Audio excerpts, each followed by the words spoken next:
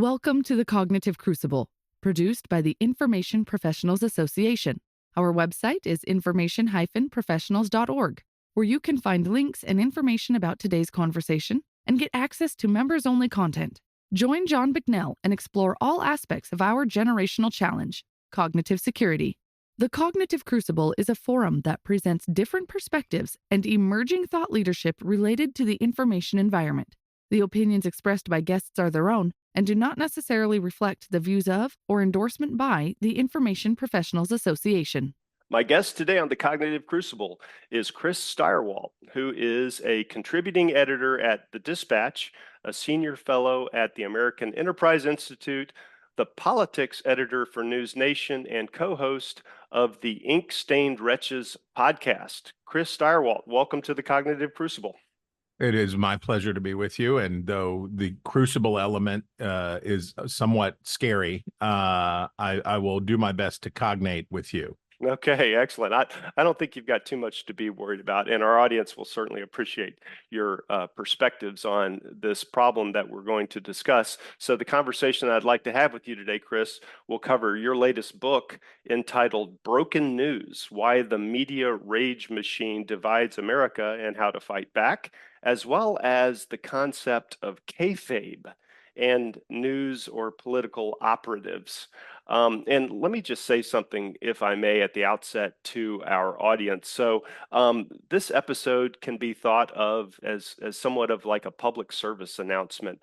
Audience members know that the Cognitive Crucible is not a political podcast. However, there are most assuredly within our audience members people like me who follow our news and political dynamics closely. And we are, in fact, in an election season. We're recording this on Monday, August the 6th.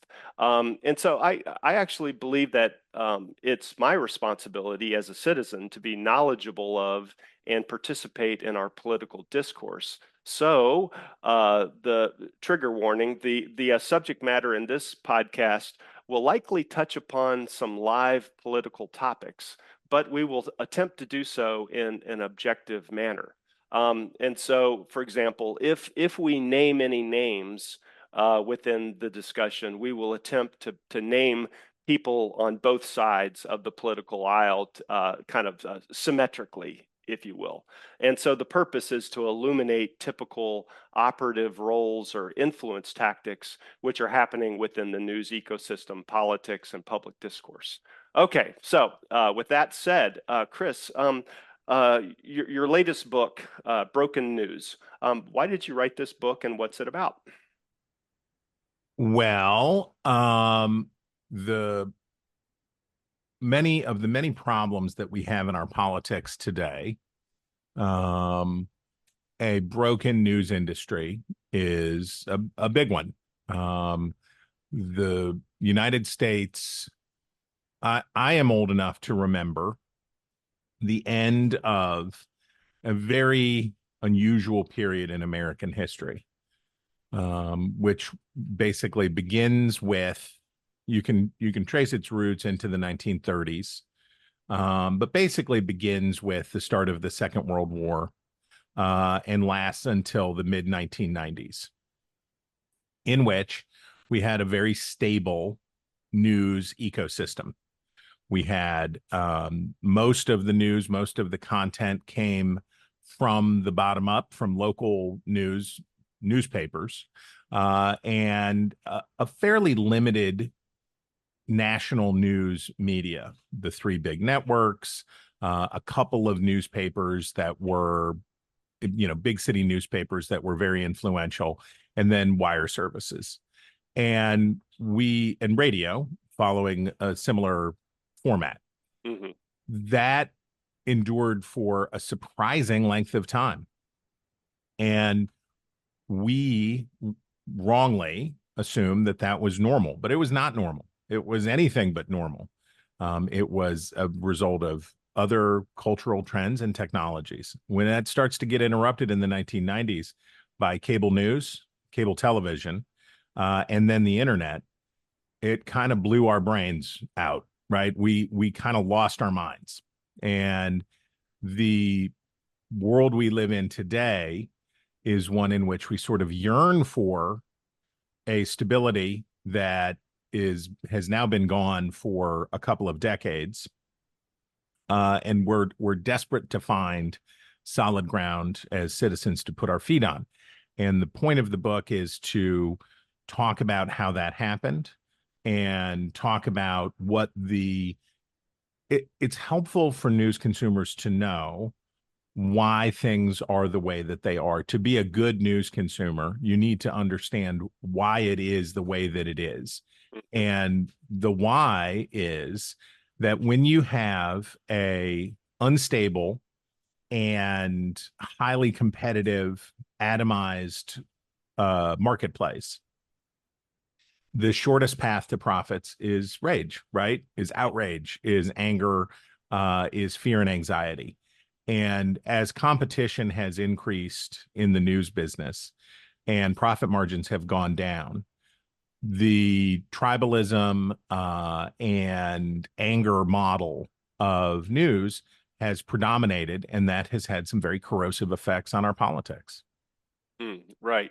One of the other things that I got, well, I got a lot from your book actually, but you go to great length to describe the evolution, even in more detail than what you just did, of how news has been delivered to people. I think you went back maybe 1,000 years, but all through the beginning of America's founding, and the post office, and how that was part of the news delivery system at once upon a time. It still is, I guess, but different. But one of the things I got from your book, and which was actually somewhat reassuring, is that the delivery of news, or maybe even the delivery of information, has always been a contentious matter, with lots of people with different incentives, or monetary incentives, doing shady things in order to improve their lot in life, or to favor people who are within their sphere of influence. But anyway, the bottom line is the delivery of information has always been a contentious matter. Does that sound about right?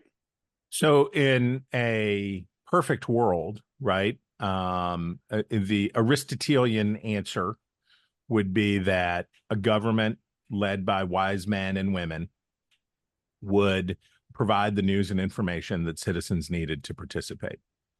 But we run right into the human nature problem right away, which is there are no such persons, right? We do not have any people who are fair, objective, and perfect enough to arbitrate questions like these. Now, on the other side, so we say, okay, well, we'll let private citizens do it. We'll let 1,000 flowers bloom.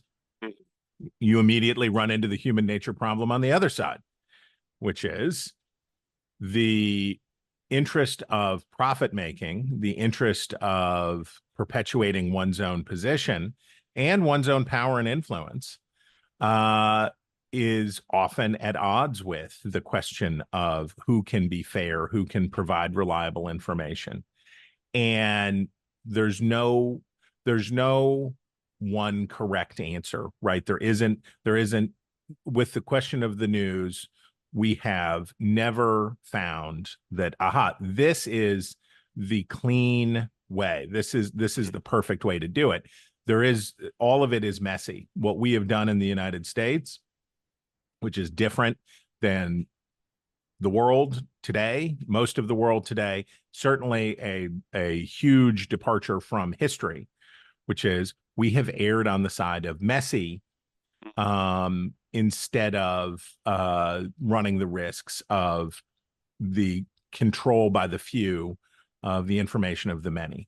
And every time we have cultural and technological change, as we are hopefully, Lord, hear our prayer, moving out of the period of the most acute disruption, that every time you go through these periods of disruption, the deficits of freedom make themselves clear, right? Freedom is problematic. And if people are free to say and publish and try to make a buck on news, problems appear, and we've been living in a lot of those problems. But I would just say we have lots of evidence from the era of Gutenberg on that people do learn. This is what I believe very strongly is that this is predominantly a demand side problem. What do you mean by that? A demand side problem? The human heart wants what the human heart wants. We like a lot of stuff that is bad.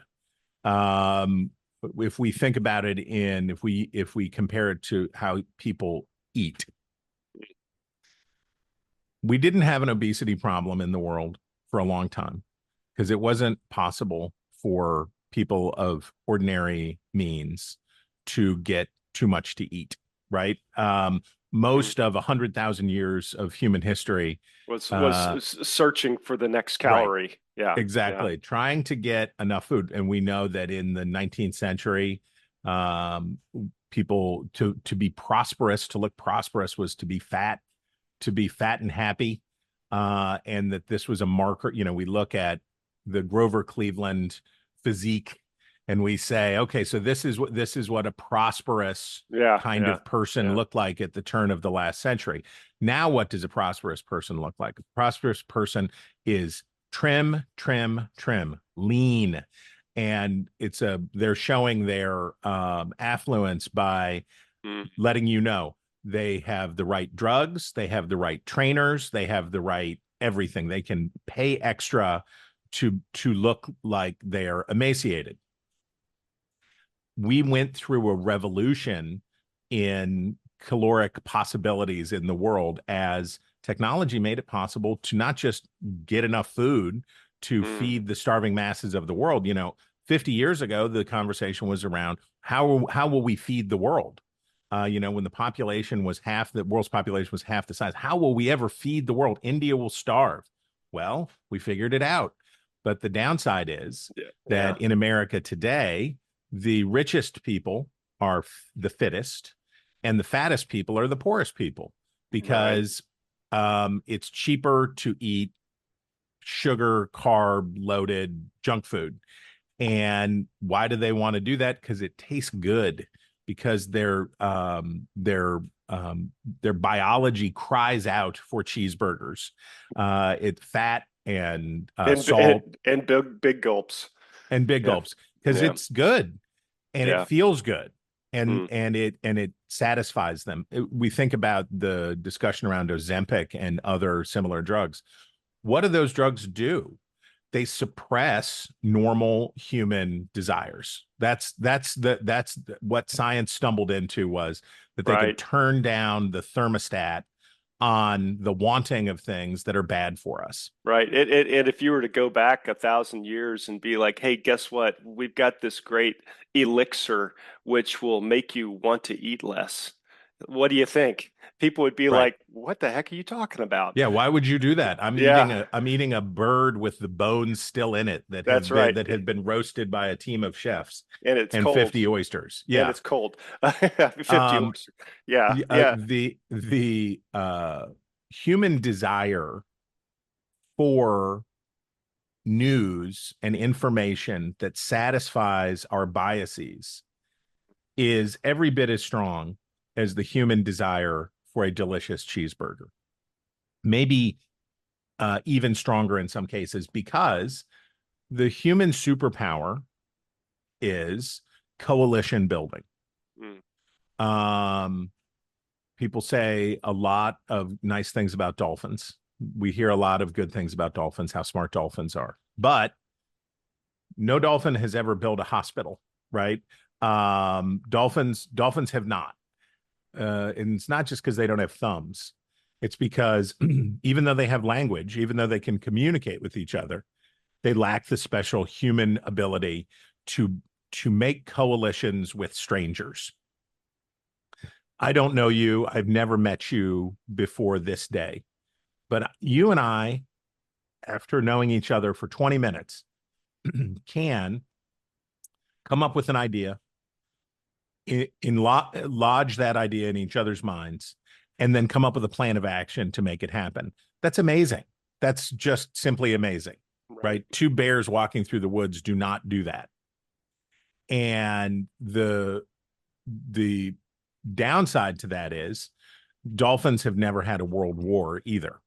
Our capacity for coalition building is so profound, and the consequence is that because the greatest trigger for these associations is a shared enemy, is a mutual enemy, that it's so easy to trigger. It's so easy to trigger the coalitional instinct. The social psychologist Lee Ross at Stanford is given credit for the term fundamental attribution error in his studies in the 1960s and 1970s. And fundamental attribution error is the process by which when I or someone from my group does something wrong, bad, it is because I had a good reason, or we had a good reason for doing the thing that violated the norms that we would normally. So we judge hypocrisy lightly for ourselves because we must have had a good reason for doing that. On the other hand, when the other people do it, when the bad people do it, it's because they're bad. That is a hardwired, ingrained part of who we are, about this tribal coalitional nature. So when we're reporting on a story and we're talking about a politician or a public figure who does something wrong, why did they do that? Motive matters. Did they do it because we could think back to the Iran-Contra hearings and scandal of the late 1980s. And basically Oliver North, one of the central figures in that case, said, and I'm treating it, I'm being unfair to the argument, I'm sure, but basically said, yeah, it was illegal, but sometimes you gotta spill a little constitutional milk to save the American apple pie. Sometimes you just gotta do it because the communists are coming to Central America, and we're just gonna, yeah, I did it and I'd do it again. And supporters said, yes, that's right. That was a good violation of the law. That was a correct violation of the law. But then you flip it around, right? And when a decade later, Bill Clinton was in the dock for his assignations with a White House intern and lying about it, Democrats said, well, now, wait a minute.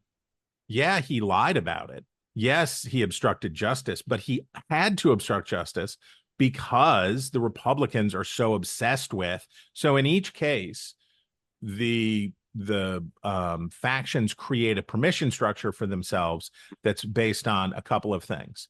We have the right motives and morals, and they do not.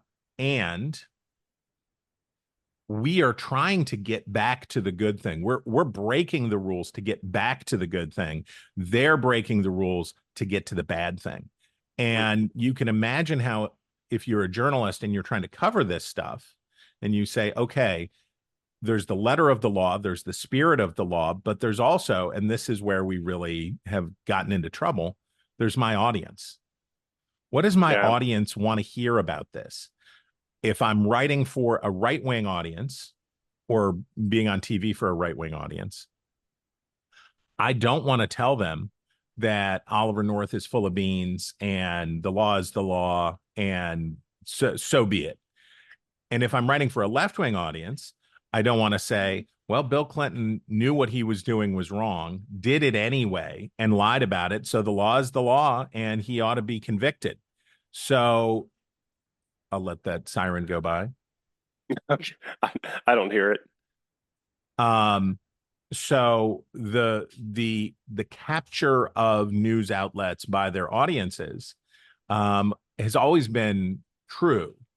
But what we have found out in the past, in this century, basically, is that its power is much greater than we ever anticipated. Yeah. You make a really strong point in your book that I hadn't dwelled on much. And I recognized it, but it's the decline of local news media or local coverage. I forget how you said it specifically, but you observe this as a major kind of underlying component of the problem. Well, this whole problem space that you were just describing. Could you talk a little bit about the history of local news coverage and why you think that that is a contributor to some of the discourse challenges we're having now? And so, if, for example, there used to be the saying like, oh, I'm misremembering this, but like all news is local or all news is national, and or you know there's been some shift in attention from local considerations to now everybody's looking towards national politics, and that's part of this whole big problem space. So, how much national news is there in a vast continental republic of 330 or so million people? Mm-hmm. How many news stories are there really? I call it the Arizona effect. When so right now, as we're recording this, there's a tropical storm, hurricane that's moving its way and making landfall in the United States and moving its way north. This is getting a lot of news coverage. Mm. If you live in Arizona, you say, I'm not familiar with Hurricane Debbie. This is not part of my life. Doesn't touch me. When there's a snowstorm in New York, people in California get treated to days of snowmageddon coverage. Mm. They say, seems okay here. There just isn't, there are local news stories that become so big that they rise to the national level, but there isn't that much news that is national in scope and scale, except for one thing, and that's politics. Politics, we have the same political system in all 50 states, and we have the same constitution. But even in politics, it's subdivided, which is we have a House that is elected locally. We have a Senate that is elected by state. There's only one office that the whole country elects, and that's the presidency. So because of what happened, well, let me put it like this. The reality for local news, when I came into the business in full time in 1998, the local news business was good business. You made a lot of money, 30+% profits, and you basically had a license to print money because of legal ads and because of how things worked. And by the way, the federal government had gotten involved with antitrust provisions to protect local newspapers against competition, had done all of this stuff, and local newspapers were extraordinarily powerful. Local TV is still go ahead. It was the last of the good times for the Well, local news sources. Local TV still is local television is still the most profitable single category of news, most trusted, most profitable local TV news. Is And that by right? the way, as an aside, a lot of that is because they don't do too much in the way of politics, right? They do crime, they do traffic, they do feel-good stories, they do the weather. Right. They Well, don't. you know, that was one of the points that you had in your book is that local news coverage, local news dynamics has the phenomenon of you know, people living in communities who, you know, on average, they have different political views, different ways of looking at the world, different ways of raising a family or not raising a family, but all of this heterogeneity is contained within a city or a smaller community, and it's repeated thousands of times across the land or even the world. But let's just stick to the United States. So the local news stories affect have a way of relating to this heterogeneous local Hmm.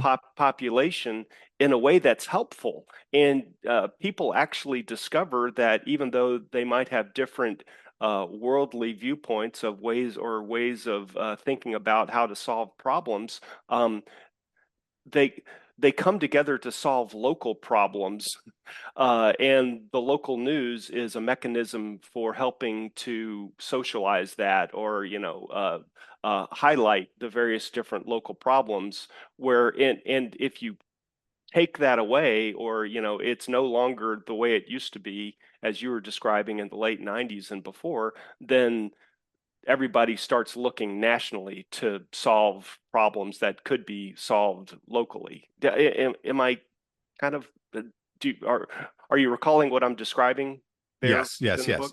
Yeah. When we look at the way that the marketplace developed, I was describing for you these halcyon days of high profits.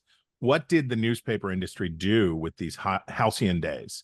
They leveraged themselves to the hilt because you could borrow money at enormous volumes to look for economies of scale and consolidate and consolidate and consolidate.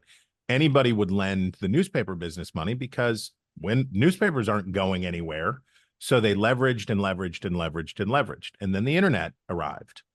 Now, when I was a young reporter, I believe that the reason people subscribed to the newspaper was to get my searing insights and reportage on what was happening in the world of Charleston, West Virginia, and Kanawha County, West Virginia. My insightful coverage of the courthouse was what they were all signing up for. What were they really signing up for? Why did they have to have the newspaper? They needed to know what time the movies were on. They needed the stock quotes.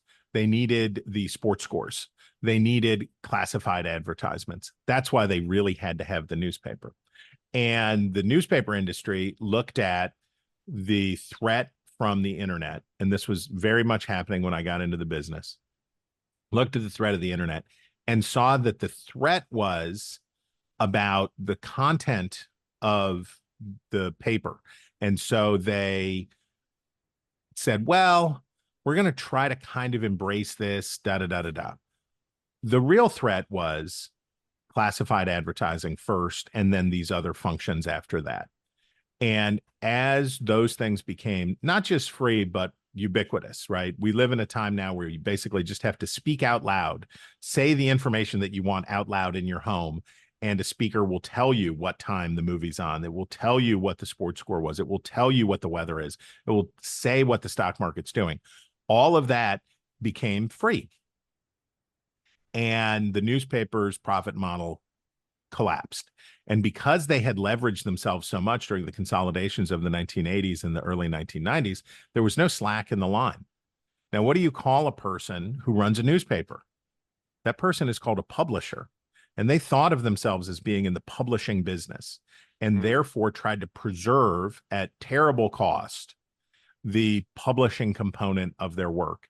And the net effect, the print advertising revenue in the United States reached its peak in 2005, and it was, I forget, $6 billion a year. So it was a ton of money, uninflation adjusted 20 years ago, and then it declined by 90% in the next 5 years.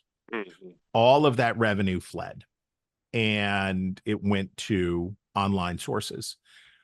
The response to the threat from the news industry was to get rid of their only competitive advantage, which was reporting. That was the only thing that they did better than Alexa was they had reporters, but they were publishers, not journalists. So they cleaned out their newsrooms, and we had this huge hollowing out. What came in to replace it was national news. And as we discussed, there's only one real reliable national story, and that's politics. And I think people tend to forget, most local decisions are not ideological. Mm. They are prudential in nature. Yeah. It's not, will we have schools? It is, which schools will we consolidate? Which schools will we expand? Where will the finite resources for our education department go? It's not, will we have roads? It is, who gets the new bridge? What section of town is going to get the upgrade on the curbs next? Those are all prudential questions that have ideological underpinnings, but mostly are prudential, not ideological. If you force down a ideological, I know I'm on a digression from a digression, No, but it's I would good. just, It's good. It's all I good. will just say the ideological in the 1990s as a part of all of this, both causing and caused by all of these changes in the media world. We call political scientists talk about the great sorting of the 1990s. Right. So prior to the 1990s, there were very liberal Republicans, there were very conservative Democrats. An Alabama Democrat was way more conservative than a Massachusetts Republican. And there were large numbers of both of kinds, right? And your ideological alignment, your ideation was much more likely to be about where you were rather than which letter appeared next to your name. This led to interesting coalition building. This led to the kinds of horse trading that the founders had envisioned with the Constitution. In the 1990s, what happened?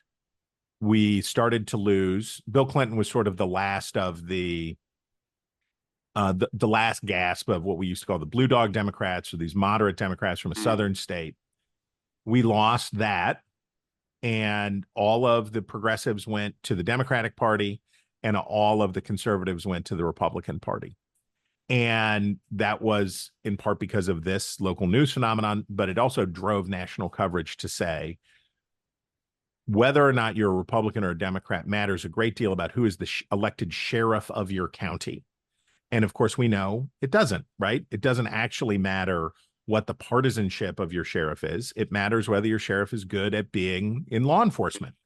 And the top down, as the number of hours or minutes in their day that people were consuming national versus local news shifted.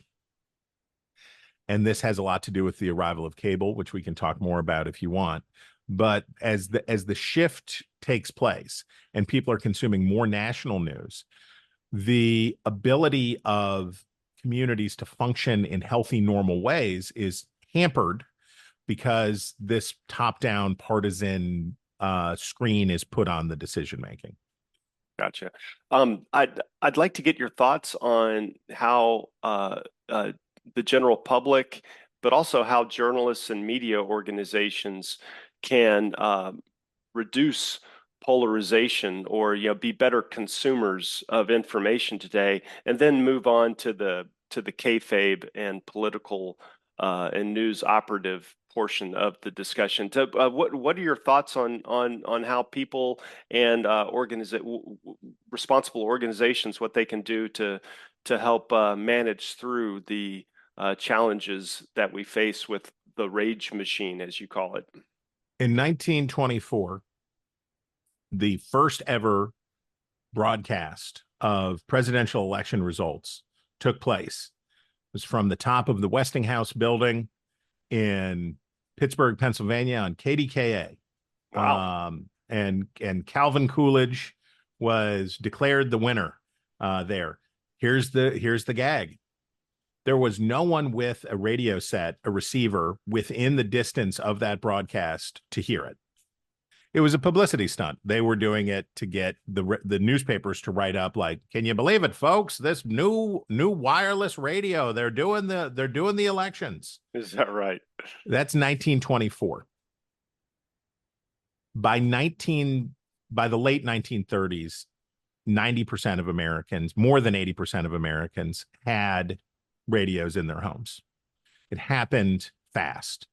And absolutely just scrambled our brains. Never before in human history had it been possible for millions of people to experience the same thing at the same time.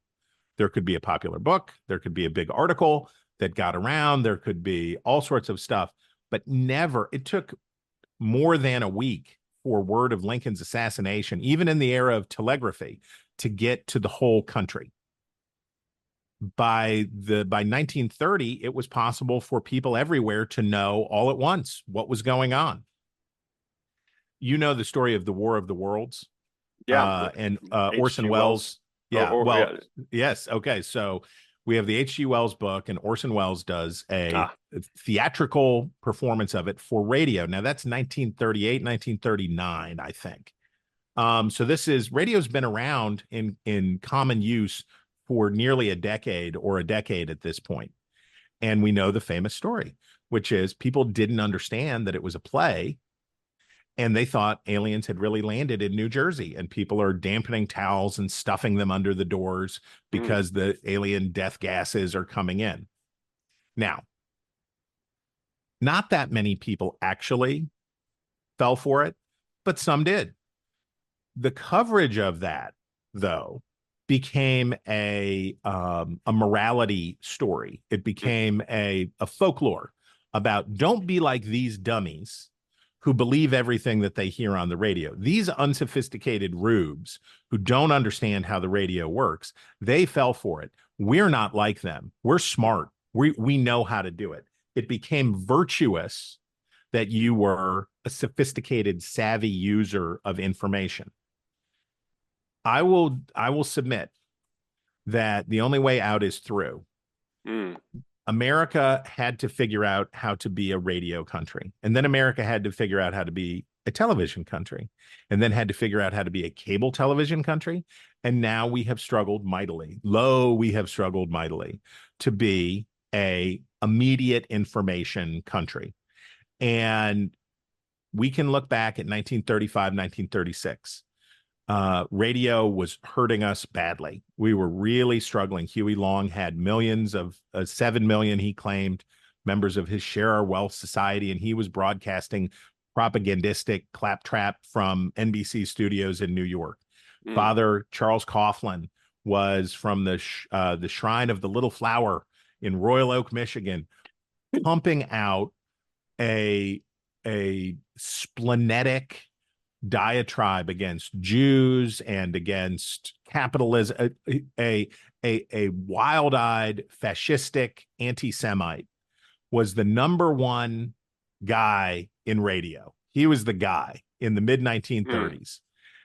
We were close to the edge, and we were close to the edge again in the late 1960s, early 1970s, if we think about what was going on. And a lot of that was television, right? A lot of that was, we can think of the good that television did. How did Jim Crow end? Jim Crow ended because television reporters decided to force Northern whites to see the images that were part of legal segregation. They saw the water hoses, they saw the police dogs, they saw it.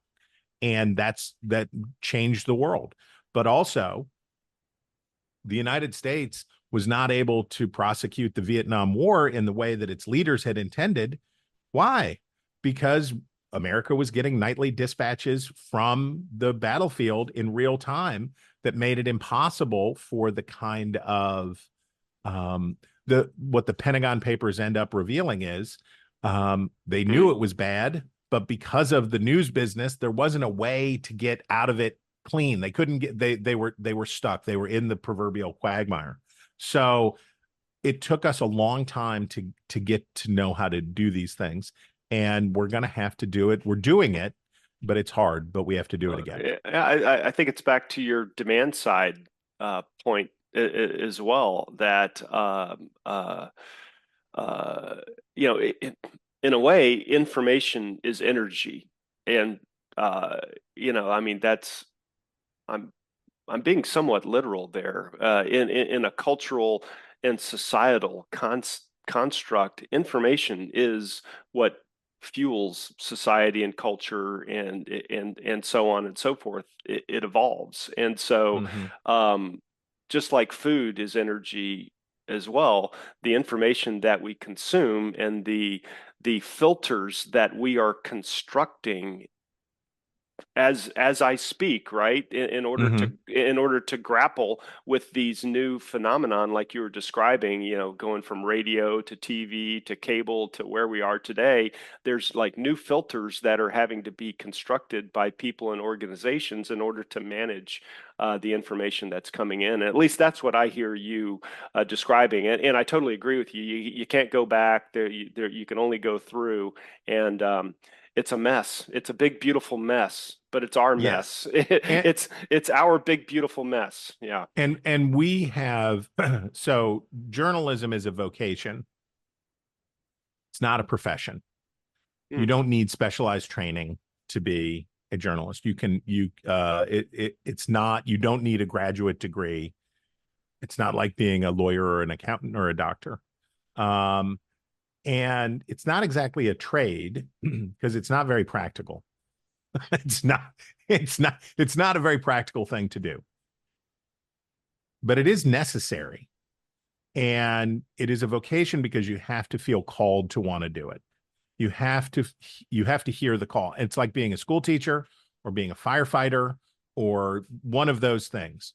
The remuneration when you start is low. It's low. The work is hard, remuneration is low, it's challenging, difficult work. So you have to love it to want to do it. The challenge for, and in that book, I have a chapter for consumers, but I also have a chapter for what we should do and how we should be. Pure fairness is not possible. There is no platonic ideal. There is no perfectly fair, absolutely impartial journalist. Right. What we can do is be aspirationally fair. We can acknowledge our own biases. We can try to control for them. We can do our best, right? Just like a referee does. There's no perfect referee. So what does the referee do? Referee tries her or his best. They make an effort to do it. They're going to miss some calls and they're going to learn from that and try to do it again. The idea of fairness has taken a real black eye from, I'll use the phrase, both sides. Both sides denounce both sidesism. There is an appealing idea that there is a perfect truth that exists. There is this perfect truth that can exist, and the provision of that perfect truth does not allow for bad people to have their point of view shared. It should not allow for people who are evil and wrong to put forward their points of view. And unfortunately, in a segmented, atomized marketplace, it's a lot easier to develop and maintain an audience telling them what they want to hear, telling them that they're good and the other people are bad. But here's the thing. If you love journalism and you got into this vocation because you were called to it, you got to do it anyway, right? The one of the founders of the private equity firm KKR, Jerry Koberg, when he quit KKR, told a story. Well, I will tell you a story. He surprised all of his investors in 1987, I think, by dropping out. He quit. And he told them, he said, an ethic without sacrifice is no ethic. And we have to remember that when we say we have principles, if we are not willing to sacrifice for those principles, then we don't have any principles at all. If we're willing to do the right thing only when it aligns with our profit motives, then we don't really have principles. And in the news business, if we have principles, or we must have principles of fairness. If we want to be good citizens, and you can't be a good American journalist without being a good American citizen, you have to love fairness. You have to love the idea that what you're doing is of service to the republic and that you're holding yourself up to an ideal that is that is why we're in the Constitution. That's why the First Amendment includes our job. And if you want to live up to those things and demonstrate proper gratitude for the astonishing provision of safety and freedom that we enjoy as we do our work, if you want to do that, you got to try to be fair. But if you try to be fair, people will hate you for it, right? You'll lose audience, you'll do whatever. And the answer, of course, is you got to do it anyway. Yeah, that's a good take. Yeah, you are an information professional for sure. I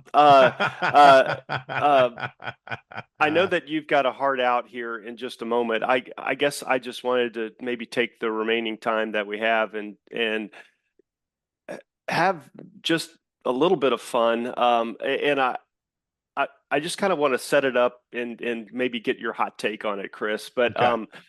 I'm a concept came across my email and web browsing called KayFabe, which I wanted to get your take on it. But my understanding of KayFabe, it comes from the wrestling world, and it's an observation.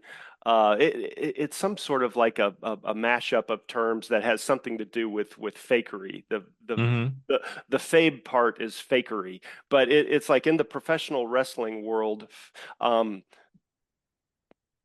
it's fixed, right? Right. The outcomes are predetermined, or you've got these people that are ostensibly competing with one another, but really behind the scenes they're all friends. It's all a business. They're scheming with one another on, okay, well, how do we keep this soap opera going and the audience enraptured? And so people have kind of like tried to like cut and paste that over into politics as well. So this is kind of conspiratorial, and I'm not a conspiracy guy, but I'm just curious: is there any smoke or any hints of truth of a kayfabe kind of a thing going on within our political class of people, and you can almost think of them as like chess pieces on a chessboard. You've got people playing roles just like in professional wrestling. What's your hot take on all of that kind of a concept in our political world? Do you mean like having a professional wrestler give a speech at your political convention? Yeah, Do you mean like that? exactly. That's not exactly what I meant, but that's a funny mention. We like to think in terms of heroes and villains. Mhm. We have the good guy, we have the bad guy. Now, wrestling offers one other character, which is the heel. So the heel is the bad guy you love because he's so bad. We think Yeah. in stock car racing, there was Dale Earnhardt Sr., number 3, the man in black, rubbing his racing, and he was a bad guy, but people loved his badness, the naughtiness of him. They were like him. They were rebels like him. They weren't getting pushed around by the man. They were different. They were something else. So you have straight villains, and in wrestling, that would have been, I guess, maybe the Iron Sheik or Nikolai Volkov, the bad guys. And then you had the good guys, Hulk Hogan and these other excellent heroes of American virtue. And then you had heels. And the heel was a guy like maybe Rowdy Roddy Piper, who is somebody who is fighting the good guys, but you kind of love him because he's so bad. Or my wrestling knowledge is not deep enough to do it all, but I can tell you, but yeah, it's not a conspiracy, right, in the news business, but people fall into these tropes, right? The reason they're in wrestling is because they existed in the human. There is nothing new under the sun. It's and like archetypal almost. Yes, exactly. And these figures are appealing and attractive, and people in politics and the news business fulfill them and to fulfill our desires. All right. Well, fair enough. And I think that's as good a place as any to wrap up, especially since we're at time. And with that, Chris Stirewalt, thank you so much for being a guest on the Cognitive Crucible. We appreciate it. Thank you very much, sir. The Cognitive Crucible is the only podcast dedicated to increasing interdisciplinary collaboration between information operations practitioners, scholars, and policymakers. To find out more about the Information Professionals Association, visit us at information-professionals.org. Please support our podcast by giving us a 5-star rating and leaving a review.